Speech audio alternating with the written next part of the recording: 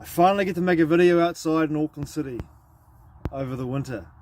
This is actually supposed to be the spring is actually next weekend.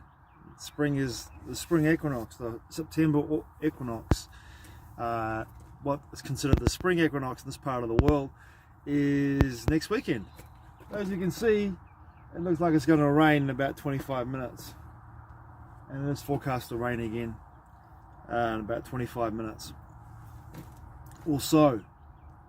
So if you've been watching Stephan Burns' videos on YouTube, the geophysicist Stephan Burns, the space weather man who correlates space weather, the solar activity, geophysical events on the planet, the Earth's electromagnetic field, the electrical nature of the cosmos, of the solar system, the movements of 3i Atlas, this large object moving, this interstellar object moving into our solar system. And then you look at the work of Bibhu Dev Misra, who wrote the book Yuga Shift, and even Sri Yukteswar's book, The Holy Science. Sri Yukteswar, who was the guru of Paramahansa Yogananda. You can see a correlation, an underlying element in that knowledge, in those perspectives, in that ancient knowledge coming out of the Vedic sciences and out of the modern sciences as well, the correlation between the space weather and a geophysical event. You can see in 2025, since the equinox, since the autumnal equinox, which is in this part of the world, March, and for you in the northern hemisphere, if you're watching this in the northern hemisphere, in the March Equinox, which is the spring equinox for you guys, you can see a correlation between and if you've read Yuga Shift, you can see that Bibhu Dev Misra's calculations of the end of the ascending Kali Yuga cycle and the beginning of Ekpyrosis, which the Greeks call an age of transformation, you can see a correlation between that information and massive geophysical events, earthquakes, huge storms, hurricanes, fires, volcanic eruptions have gone off the charts. I mean, this has been an incredibly incredible seismic year, and it isn't even over yet. The amount of earthquakes we've had in the Pacific Ring of Fire alone in the last 6 months have been incredible. So much activity within the Ring of Fire. Now, thankfully, we didn't have an event between Japan and the Philippines, which was predicted to happen by two people, a woman from Thailand and a woman from Japan. We didn't have an event in July that would have sunk supposedly half of Honshu Island. It didn't happen, and which is a good thing. In my perception, that's a good thing. But we have had enormous seismic activity and volcanic activity in the Pacific Ring of Fire, Indonesia, the Philippines, Japan, now Russian Kamchatka Peninsula, where they had the 8.4 or 5, 6, 7, 8 megaquake and the resultant tsunami, which was, if you look at it, you know, there's obviously a level of consciousness that comes into this equation there, where the Earth's planetary consciousness, in her, I would say, in her compassion and empathy for us and for all life, let this event that could have happened in between the Philippines and the Japan area, let this event happen somewhere where there was a smaller population and there was less damage to infrastructure and less loss of life.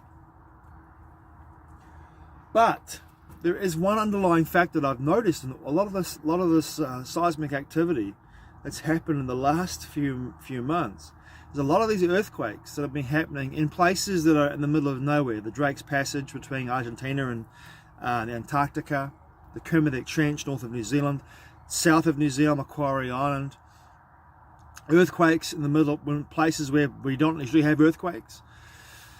In southern Queensland, for example, near Brisbane, in Nevada, in the United States, the whole Cascadia region.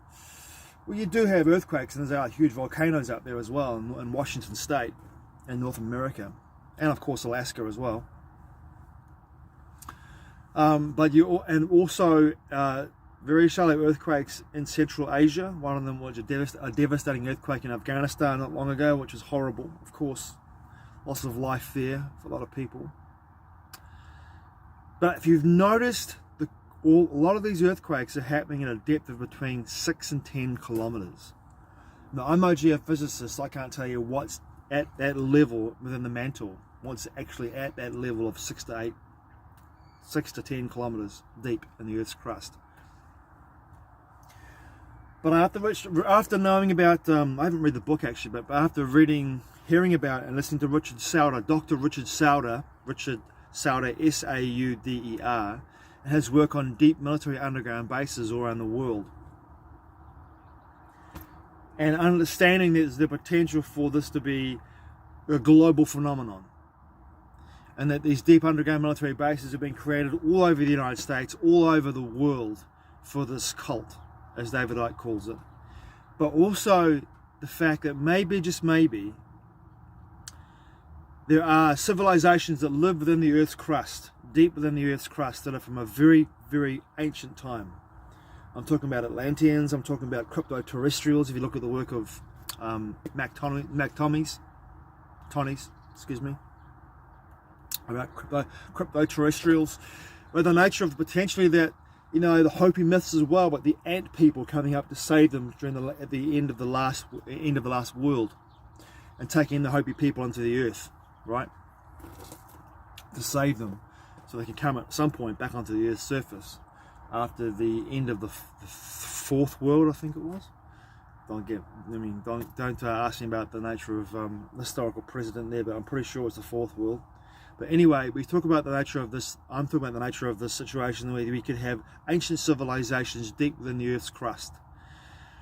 We talk about Shambhala, Aghata, Potala.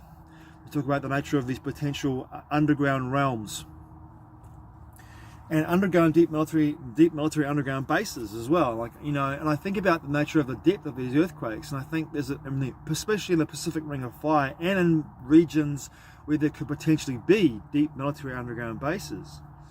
At what depth would these bases be? And if there were civilizations that were at some point during the Kali Yuga descending and ascending, or during the descending cycles of the Golden Age, Satya, Silver Age, Tretya, Bronze Age, Dvapara, and even the Kali Yuga, Iron Ages, the descending Kali Yuga and the ascending Kali Yuga, if there were civilizations that had the best interests in regards to themselves to control the planetary consciousness from their deep military underground bases, or from their ancient civilizations deep within the Earth's crust at a level between 6 and 10 kilometers, if that was possible, they created these places to exist during a time, potentially 7 or 8 Yuga cycles ago. Who fucking knows? I don't know. This is all speculation. This is all just a question. I'm only questioning. I always like to ask questions because I'm a curious individual. I believe on some level, when I get these prompts, there's some kind of truth to it, whether it be an iota or a large aspect to it. So what if deep within the Earth's crust there were these civilizations that were between 6 and 10 kilometers, and then since we came out of the ascending Kali Yuga cycle into the Ekpyrosis cycle of transformation, the Earth's consciousness was freed from the overlays that were created during the falling ages of the Yuga cycle, where the forces and the energies of control were able to utilize through ritual, through sacrifice, through technology, were able to harness and capture the Earth's consciousness and behold it in a place where she could no longer be able to flex her muscles, so to speak, and bring in harmony, peace and coherence to all life on the planet.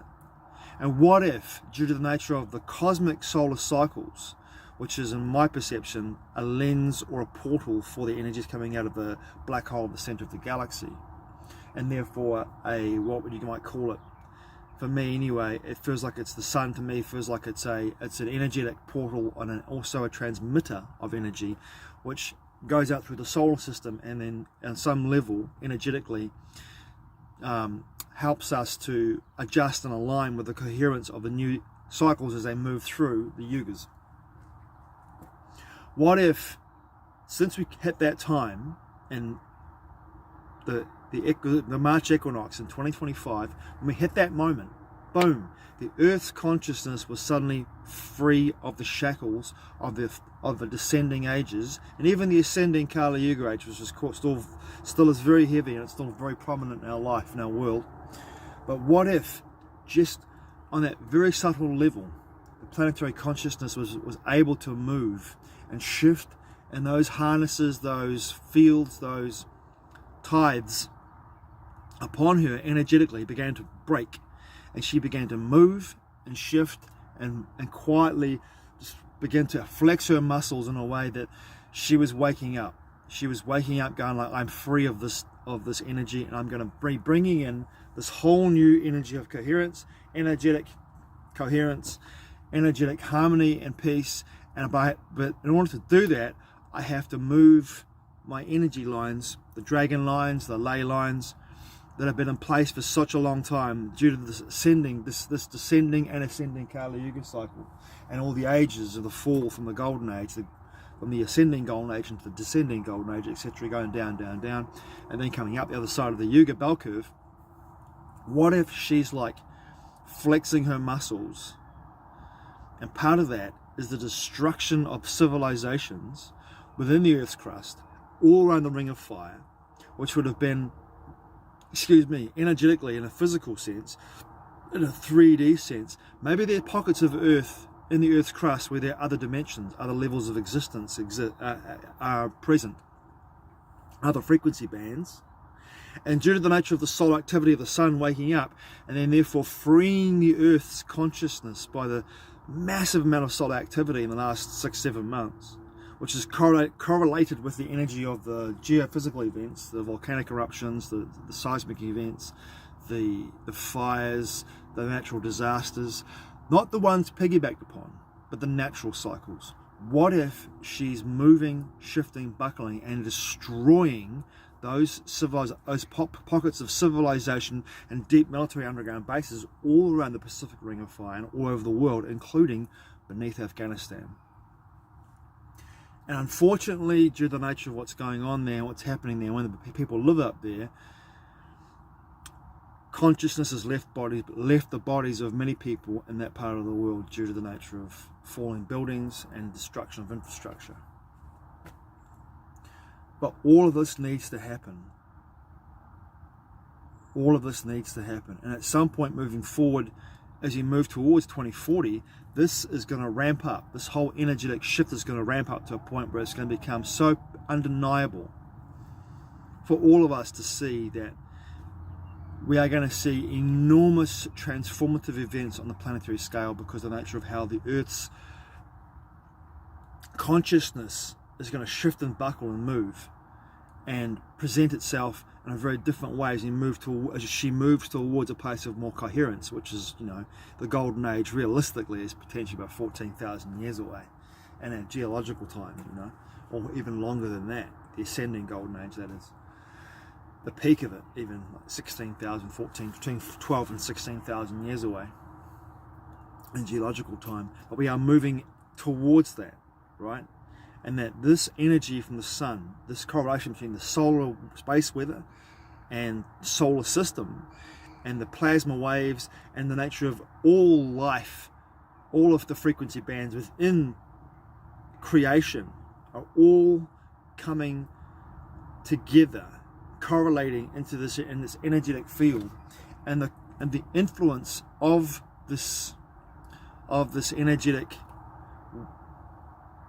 I wouldn't say a precedent, but waves of energy coming from the solar, from our central sun, and its binary twin, which is, if you look at the work of Sri Yukteswar, he believed that it was a binary star that would go very far out into the solar system when we were in a dark age, but we begin to move back towards our main star as we began to move into the ascending levels of consciousness, and therefore the ascending Yuga cycles.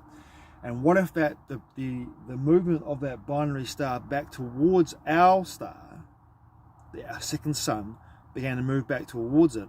What if that also influenced the destruction and the annihilation of all the forces that were once upon a time in control and held control over the planetary consciousness, and therefore over all existence and all creation within this simulated experience we call reality, right? And what if this was happening? What if this was happening right now, in this moment right now, where we're witnessing on this level, and where we weren't quite aware of the fact this is going on. We were witnessing in our moment right now the destruction of civilizations, deep military underground bases, and forces of control on that level within the Earth's crust. And she was moving around, she's sending her energy around the Pacific Ring of Fire. If you look at that, you look at the historical context of James Churchward in regards to Lemuria. Lemuria was once upon a time a continent within the Pacific Basin. So it's like the Lemurian energy is waking up again in the Pacific Basin. It's what, to me, it kind of feels that way. And then we have massive events happening all throughout Central Asia, Afghanistan, India, Pakistan, which is once upon a time the Indus Valley. And then we go further west of there, we go towards Europe, you've got Italy, you've got the Azores as well. You've got other energetic shifts and energies moving through the mid-Atlantic ridge, moving across the United States. It's like as if on some level, in some way, the Earth is moving the dragon lines that have been buckled and shackled for such a long time, and they begin to move, not necessarily into the place where they're going to remain, but they're being freed by this energetic pulsation coming from our sun. And that sun energy, that solar energy, is allowing our planetary consciousness, through the nature of the frequency, the electromagnetic spectrum, the electrical effect of these solar winds, solar flares, sunspots, plasma ejections.